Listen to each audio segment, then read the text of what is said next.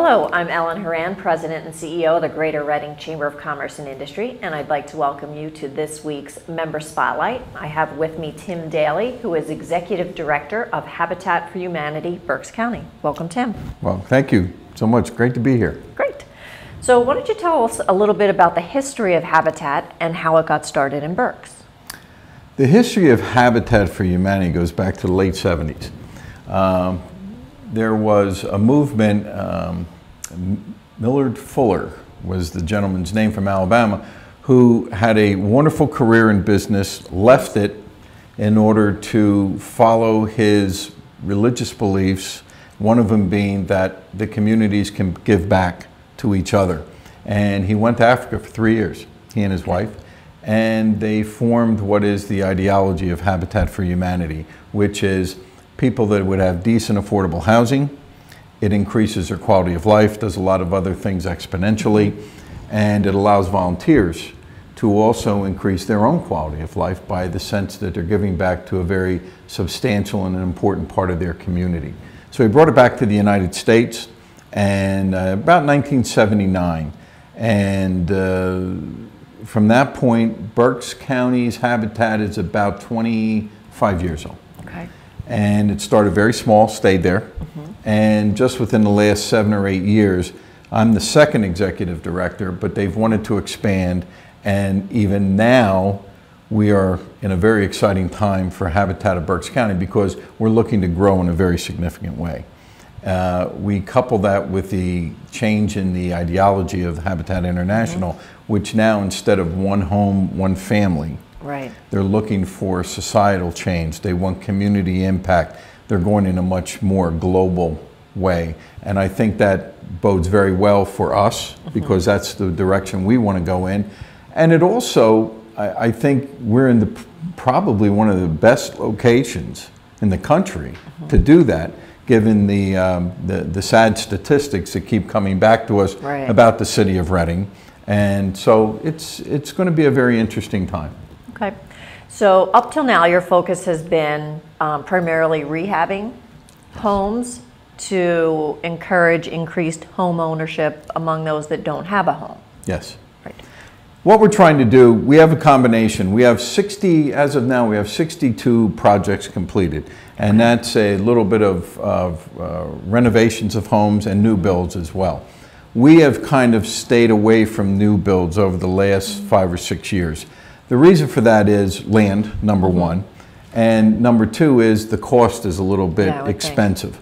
So when we look at the city of Reading and we see the concentration that they have of abandoned, blighted properties, when I came on board, the first phone call I made was to the city of Reading and said, show me where you have a concentration, 5, 10, 15 homes that we might be able to go into a neighborhood and renovate those homes, take them, put them back on tax rolls.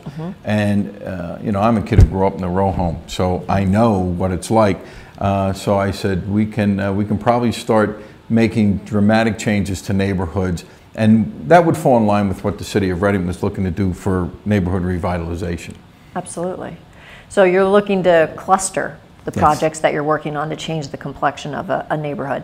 Now, volunteers work on making the homes habitable? Well, they really do. When I see Habitat, I see 3 things that happen. And they change in different orders depending on what we're doing. Number one, with our families, we're taking first-time homeowners who have an opportunity now to own something for the first time in their lives. And they may have had generational renter mentality. And they finally want to put roots down, and this is an opportunity to demonstrate that desire. They're modest income by banking terms, modest, so they don't really fly on the radar screen of a normal traditional mortgage. Under our program, they do fit. But that's one aspect. The second aspect, and very important, if not maybe even as important as the family transformational change, is what we do for volunteers. That idea of using your hands, being able to be on a job site, the more senses that we can excite into a person, the deeper the experience seems to be. And we could be here forever, and I could tell you stories about people that have done it in college 20 years ago and Right. remember it like it was yesterday.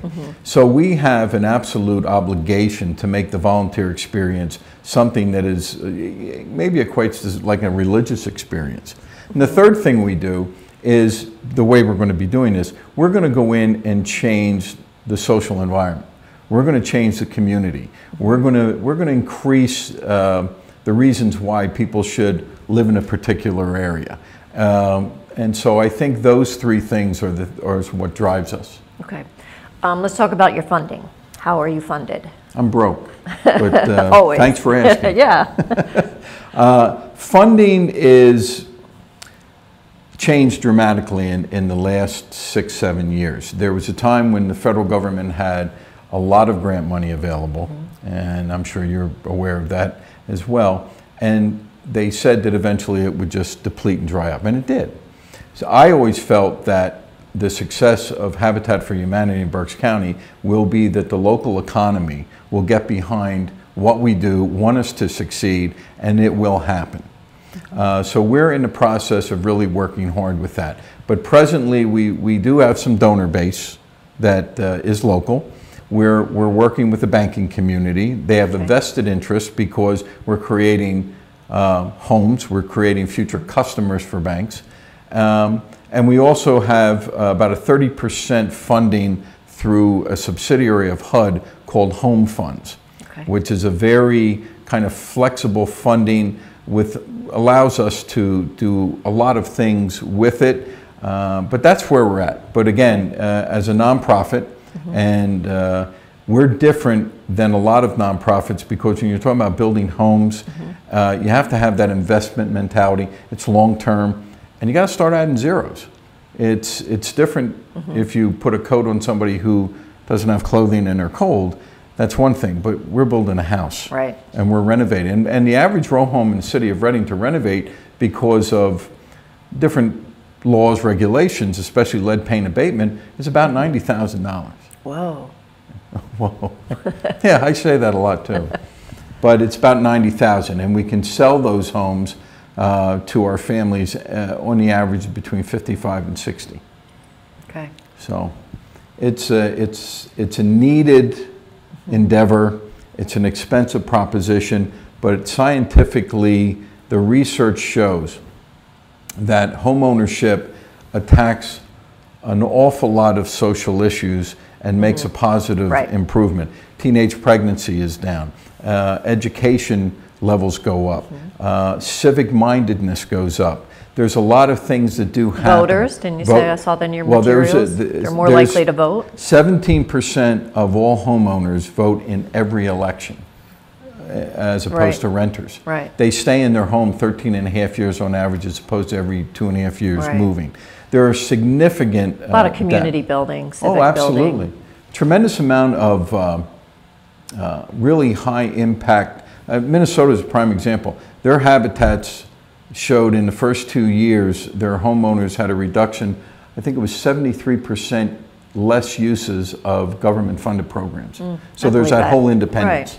Right. This is an important organization for this community. Yeah.